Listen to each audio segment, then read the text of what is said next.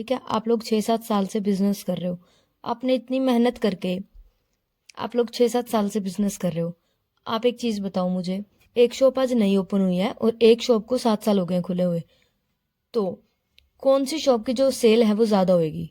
Obviously बात है, जिस शॉप को खुले हुए 7 साल हो गए हैं उसकी जो सेल है वो ज्यादा होगी। इसका रीजन क्या है? क्योंकि 7 साल वाली शॉप की लोगों से जान पहचान अच्छी है, उनका नाम है मार्केट में, लोग जानते हैं उनको कि ये कैसा प्रोडक्ट देते हैं। ठीक है, और जो नया इंसान आया है शॉप के अंदर, नई शॉप है, उसको कोई जानता नहीं है, उसकी कोई जान पहचान नहीं है, कोई रेपुटेशन नहीं है। ठीक है, तो ये जो नाम जो कमाया जाता है ना, इसको कमाने में टाइम लगता है। तो ये जो नाम कमाया है ना दोनों पार्टनर्स ने, आपने और आपके फ्रेंड ने, तो जो नया पार्टनर आ रहा है उसको तो इसका वैसे ही फायदा हो जाएगा, क्योंकि ज्यादा नाम अच्छा होने की वजह से ही तो सेल अच्छी हो रही है ना। तो नए पार्टनर को तो फ्री में फायदा मिल जाएगा। तो ऐसे तो हम कर नहीं सकते, तो इसलिए क्या करेंगे, उस पार्टनर को बोलेंगे कि कुछ हिस्सा दो हमें। ठीक है, कि तुम्हारे आने की वजह से हमारा प्रॉफिट सैक्रिफाइस हो रहा है, तो उसका कुछ हिस्सा दो हमें।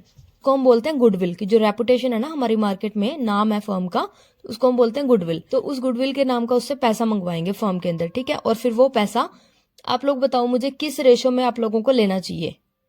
ऑब्वियसली बात है, सैक्रिफाइसिंग रेशियो में। ठीक है, कि उस नए पार्टनर के आने की वजह से जो जितना सैक्रिफाइस कर रहा है उसको उतना हिस्सा मिल जाएगा। ठीक है, तो अब क्वेश्चन है हमारे पास, A and B are two partners, दो पार्टनर हैं, sharing profit and losses in the ratio 5:3। तो सी एडमिट हुआ नया पार्टनर जो कि 1/4 शेयर लेगा फर्म का, और वो 30,000 लेके आ रहा है अपने गुडविल के हिस्से के लिए। ठीक है, तो 30,000 लेके आ रहा है, तो कैश आ रहा है फर्म में, तो कैश आता है तो क्या होता है, डेबिट। तो bank account debit to premium for goodwill, कि कैश आ रहा है और आ किस वजह से रहा है, प्रीमियम फॉर गुडविल की वजह से। ठीक है, और कितनी अमाउंट, 30,000। अब इस 30,000 का हम करेंगे क्या, ए को और बी को दे देंगे। ठीक है, और किस रेशियो में देंगे, सैक्रिफाइसिंग रेशियो में। तो उसके लिए हमें सैक्रिफाइसिंग रेशियो निकाल लेंगे, जैसे पहले मैंने बताया सेम वैसे ही हम सैक्रिफाइसिंग रेशियो निकाल लेंगे, और हमारे पास सैक्रिफाइसिंग रेशियो आ जाती है 5:3। तो हम 30,000 जो है उसको बांट देंगे 5:3 रेशियो में। तो ए का हिस्सा बन गया 18,750 और बी का हिस्सा बन गया 11,250। अब नेक्स्ट क्वेश्चन भी सेम ही है, बस उसमें एक चीज अलग है। अब ओल्ड पार्टनर्स को जो हिस्सा मिला है गुडविल का, वो क्या कर सकते हैं, या तो करें अपने कैपिटल में जोड़ लें, मतलब जैसे उनका फर्म में लगा हुआ है 1,00,000 रुपया, तो 20,000 उनको गुडविल के मिल गए, तो हम लोग बोलेंगे कि अब इसका 1,20,000 फर्म के अंदर लगा हुआ है। लेकिन दूसरी चीज वो कर सकते हैं कि फर्म में से उस पैसे को निकाल लें। वो कर सकते हैं कि अगर उनको गुडविल का शेयर मिला है 20,000, तो वो 20,000 रुपये कैश निकाल सकते हैं।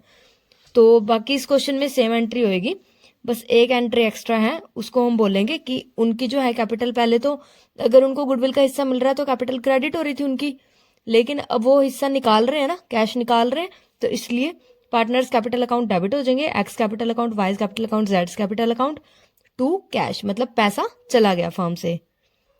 नेक्स्ट क्वेश्चन में बस हमें एक चीज अलग दी है, जैसे पीछे क्वेश्चंस में हमें दिया हुआ है कि वो गुडविल का इतना हिस्सा लेके आया है, यहाँ हमें दे रखा फर्म की गुडविल 60,000 है।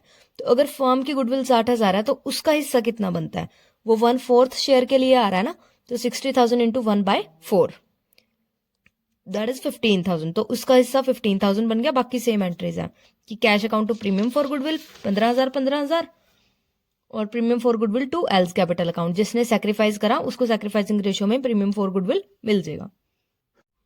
अब नेक्स्ट जो क्वेश्चन है हमारे पास वो दिया है, P and Q R partner sharing profit in the ratio of 3:2।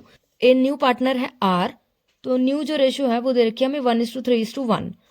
तो goodwill of the firm is 1,50,000, 1,50,000 firm की गुडविल है, तो उसमें उसका हिस्सा निकाल लेंगे हम, जो कि 30,000 बनता है। वो लेके आया प्रीमियम फॉर गुडविल, और कैश लेके आया कैपिटल के लिए। ऑब्वियसली फर्म के अंदर आ रहा है तो कैपिटल तो लेके ही आएगा वो।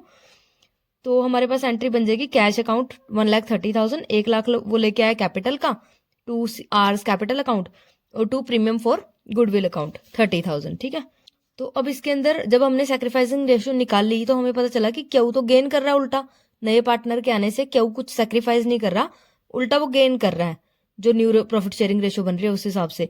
तो जो गेन कर रहा है तो उसका अकाउंट भी हम क्या कर देंगे, डेबिट, और पी का कैपिटल अकाउंट जो है वो कर देंगे क्रेडिट 60,000 से। ठीक है, तो प्रीमियम फॉर गुडविल अकाउंट 30,000 है, और क्यू का कैपिटल अकाउंट हमने डेबिट कर दिया 30,000 से, क्योंकि उससे भी हम ये शेयर लेंगे 30,000 जो वो अर्निंग करेगा ना आगे, क्योंकि वो गेन कर रहा है, सैक्रिफाइस नहीं कर रहा। अगर जो सैक्रिफाइस कर रहा है तो उसको तो गुडविल का हिस्सा मिलेगा, और जो गेन कर रहा है तो उसको हिस्सा देना पड़ेगा।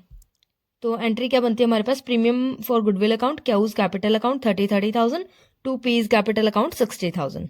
अब नेक्स्ट है 18th क्वेश्चन। इसके अंदर हमें दिया है कि ए जो बी है पार्टनर है 3:2 रेशो में गुडविल शेयर कर रहे हैं और सी 80,000 लेके आ रहा है कैपिटल का, पर लेकिन वो गुडविल के लिए कोई भी अमाउंट लेके नहीं आ रहा। तो आप लोग बताओ मुझे, आप दो पार्टनर हो, ठीक है, कोई आपका फ्रेंड है, आने लग रहा है वो फर्म के अंदर, तो वो कह रहा है भाई पैसे नहीं है मेरे पास गुडविल के को देने के लिए, गुडविल का हिस्सा देने के लिए पैसे नहीं है। तो आप लोग क्या करोगे, जो उसका कैपिटल का हिस्सा है उसमें से पैसे काट लोगे, सिंपल बात है। तो हम क्या करेंगे, bank account to C's capital account entry होगी 80,000 वो लेके आया कैश कैपिटल के नाम का।